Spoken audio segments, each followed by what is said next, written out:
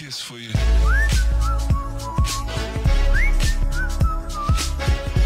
Kiss for you.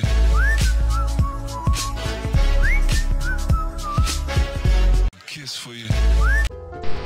इस tutorial के अंदर हम लोग माइक्रोसॉफ्ट एक्सेस की डेटाबेस डिजाइनिंग को समझने की कोशिश करेंगे।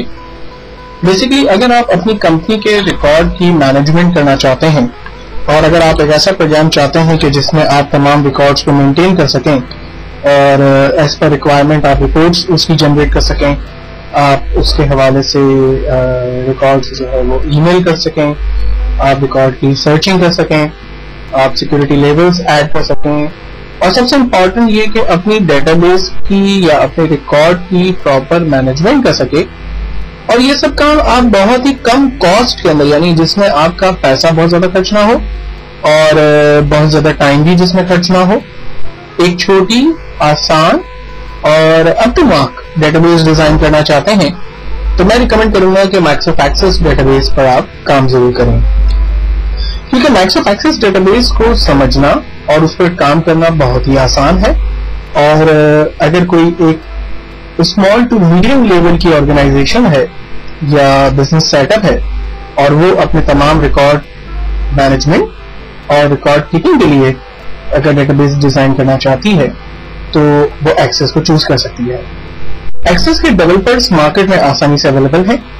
एक्सेस के प्रोग्रामर, एक्सेस के ऑपरेटर, उसकी मैनेजमेंट करने वाले लोग, उसको यूज करने वाले लोग मार्केट में आसानी से अवेलेबल है। तो अगर कोई कंपनी निहायत ही कम कीमत पर और बहुत ही जल्दी इफेक्टिव डेटाबेस डिजाइन करना चाहती है तो वो माइक्रोसॉफ्ट एक्सेस को चूज कर सकती है। हम स्टार्ट करेंगे माइक्रोसॉफ्ट एक्सेस 2007। माइक्रोसॉफ्ट एक्सेस 2007 को ओपन करने के दो तरीके हम देखते हैं।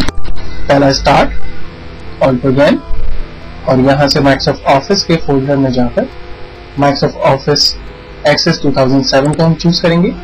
हमारा एक्सेस प्रोग्राम लोड होगा। जबकि दूसरा तरीका स्टार्ट रन और यहां पर हम ले लेते हैं एक्सेस इंटर, हमारा माइक्रोसॉफ्ट प्रोग्राम स्टार्ट होगा।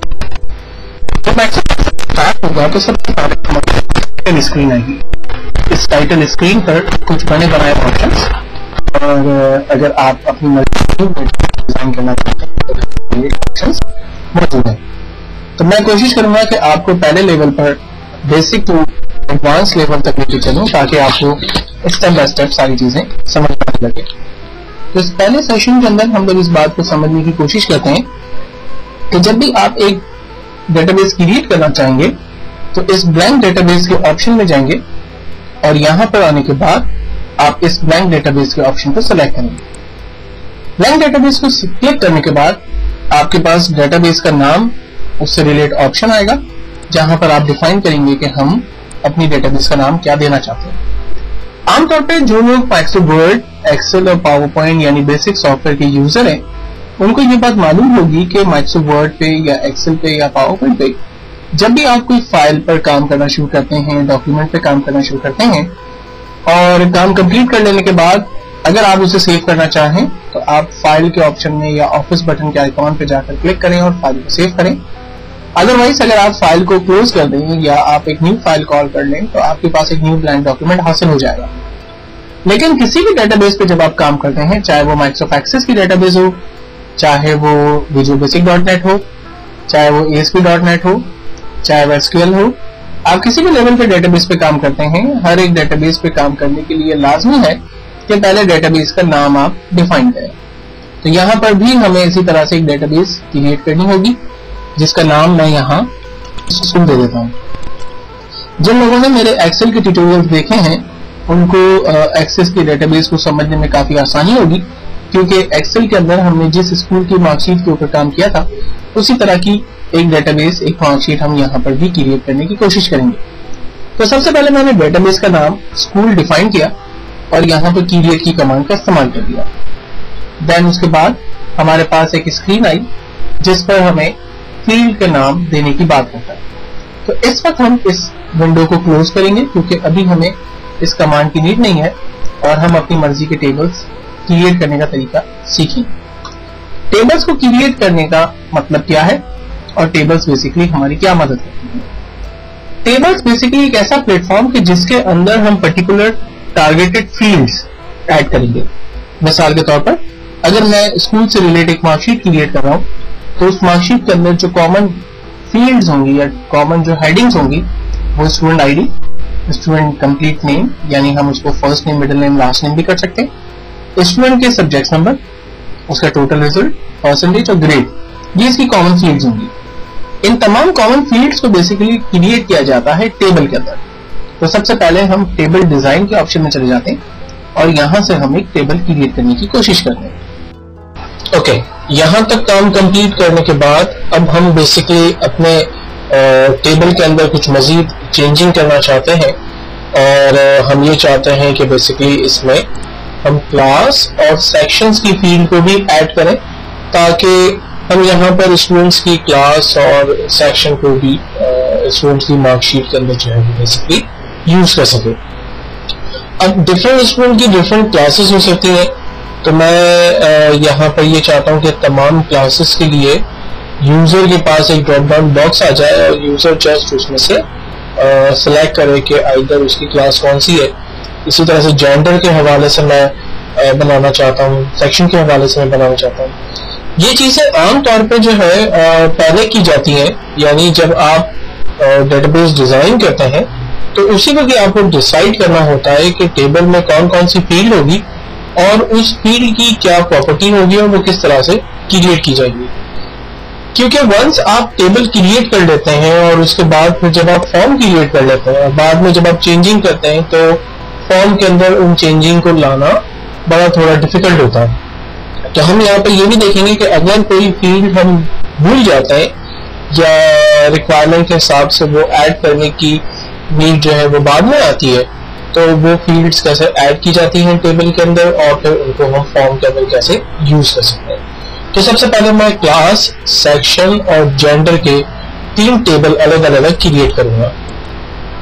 हम क्रिएट में चले जाते हैं और यहां से टेबल डिजाइन में आने के बाद सबसे पहले मैं जेंडर के लिए एक फील्ड क्रिएट करता हूं जिसकी डाटा टाइप सिंपल टेक्स्ट रखते हैं और एक ही फील्ड क्रिएट करके हम जस्ट इसको क्लोज करते हैं, टेबल को सेव करते हैं जेंडर के नाम से और ओके करते हैं। प्राइमरी की मैंने आपको पहले भी बताया था कि जब तक हम इस टॉपिक पर डिस्कस नहीं करेंगे तब तक हम, जब भी ये हमसे कहेगा do you want to create a primary key now, हम उसको नो करेंगे। जेंडर क्रिएट करने के बाद, जेंडर के टेबल को क्रिएट करने के बाद अब हम इसको ओपन करते हैं और 2 जेंडर लाइक मेल और फीमेल टाइप करते हैं और इस टेबल को क्लोज कर देते हैं। देन हम अगेन क्रिएट के टेबल पर आते हैं और एक और फील्ड हम क्रिएट करते हैं क्लास की और इस टेबल को हम सेव करते हैं क्लास के नाम से और ओके कर देते हैं, प्राइमरी की को नो कर देते हैं। क्लास के टेबल पर आकर हम डिफरेंट क्लासेस यहाँ पर ऐड कर देते हैं। क्लास 1 से लेकर क्लास 10 तक हमने यहाँ पर नंबर्स टाइप कर दिए। थर्ड टेबल हम क्रिएट कर रहे हैं जो सेक्शन का टेबल होगा। इसकी अगेन डेटा टाइप को हम टेक्स्ट सकते हैं, क्लोज करते हैं और इसको सेव करते हैं सेक्शन के नाम से, प्राइमरी की में नो। सेक्शन के टेबल में हमने 4 सेक्शन लाइक ए, बी, सी और डी सेक्शन हमने ऐड कर दिए। फाइनली हम इसको क्लोज करते हैं। अब इन तीनों फील्ड्स को हमें अपने ऑफिशियल टेबल यानी स्टूडेंट डिटेल के नाम से जो टेबल है उसमें हमें इसको यूज करना है।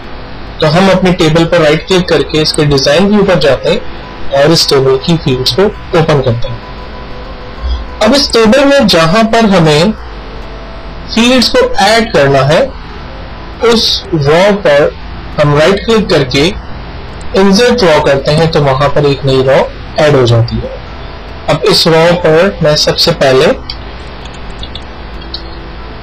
फील्ड जेंडर टाइप करता हूं जिसकी डाटा टाइप टेक्स्ट होगी, लेकिन ये एक ऐसी फील्ड होगी जो कि बेसिकली किसी और टेबल से जिसमें से रिकॉर्ड आ रहे होंगे, लाइक जैसे हमने पहले ही मेल फीमेल एंट्री की हुई है, तो मैं चाहूंगा कि यूजर को एक ऑप्शन मिले कि वो जेंडर के इस टेबल में से जस्ट वो सिलेक्ट करे कि आइदर स्टूडेंट मेल है या फीमेल है। तो मैं इसका लिंक क्रिएट करूंगा। लिंक क्रिएट करने के लिए हम इसकी प्रॉपर्टी में जाकर लुकअप पर क्लिक करते हैं, जहां पर डिस्प्ले कंट्रोल इसमें टेक्स्ट बॉक्स है, यहां से हम सेलेक्ट करते हैं combo box. Combo box select करने के बाद सेकंड ऑप्शन हमें कहता है रॉ सोर्स टाइप, यानी आप यहां से क्या चीज सेलेक्ट कर सकते हैं। हम यहां से टेबल, क्यूरी, लिस्ट वैल्यू या फील्ड लिस्ट सेलेक्ट कर सकते हैं। तो चूंकि हमने टेबल पहले से ही क्रिएट किया हुआ है, तो इसलिए हम टेबल क्यूरी को सेलेक्ट करेंगे। थर्ड ऑप्शन हमें कहता है कि रॉ की सोर्स बताइए कि एक्चुअल में टेबल आपका कहाँ है। तो टेबल हमारा किस नाम से है, क्लास, जेंडर, सेक्शन या स्टूडेंट डिटेल। तो जेंडर की फील्ड का लिंक हम बनाते हैं जेंडर के टेबल के साथ। इतनी तीनों ऑप्शंस को सिलेक्ट करने के बाद हम फाइनली इस टेबल को क्रॉस करके बंद करते हैं और सेव करते हैं, और टेबल को जस्ट डबल क्लिक करके ओपन करते हैं और देखते हैं कि यहाँ पर एक नई फील्ड ऐड हो गई है जिसका नाम है जेंडर। जेंडर की फील्ड पर जैसे ही क्लिक करते हैं ऑटोमेटिकली यहाँ एक ड्रॉप डाउन बॉक्स आता है जिसमें हमसे सवाल करता है कि यूजर आइदर मेल है या फीमेल, और हम इस ड्रॉप डाउन में से ऑप्शन सिलेक्ट करते हैं कि यूजर जो है वो उसकी बेसिकली जेंडर क्या है। तो ये एक आसान तरीका, हमने एक टेबल से अपने टेबल का लिंक क्रिएट किया। इसी टेक्निक को यूज करते हुए हम क्लास और सेक्शन के लिंक्स भी क्रिएट करेंगे। ऐसा करने के लिए हम अपने टेबल को पहले क्लोज करते हैं और फिर इस पर दोबारा राइट क्लिक करके डिजाइन व्यू में जाते हैं और यहाँ पर दो नई फील्ड्स ऐड करते हैं। इंसर्ट ड्रॉ किया और यहाँ पर पहली फील्ड हम ऐड करते हैं क्लास, जिसकी डाटा टाइप टेक्स्ट होगी। एक और रॉ हम ऐड करते हैं, एक और रॉ हमने ऐड करके एक फील्ड ऐड की सेक्शन, और उसकी डाटा टाइप को भी हमने टेक्स्ट किया।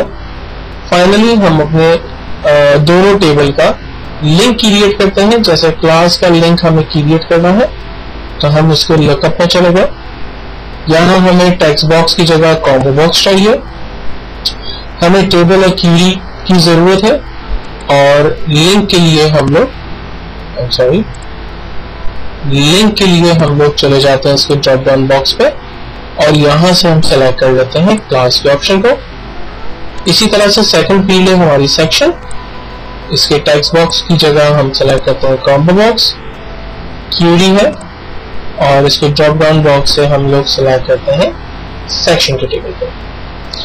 तीनों के लिंक्स क्रिएट करने के बाद फाइनली हम क्रॉस के बटन पर क्लिक करके इसे सेव करते हैं और अब अपने टेबल को डबल क्लिक करके ओपन करते हैं तो हम देख सकते हैं कि जेंडर की फील्ड के बराबर में दो नई फील्ड्स ऐड हो गई हैं, क्लास और सेक्शन, और वो बिल्कुल उसी तरह से बिहेव कर रही हैं जैसे कि जेंडर की फील्ड बिहेव कर रही थी।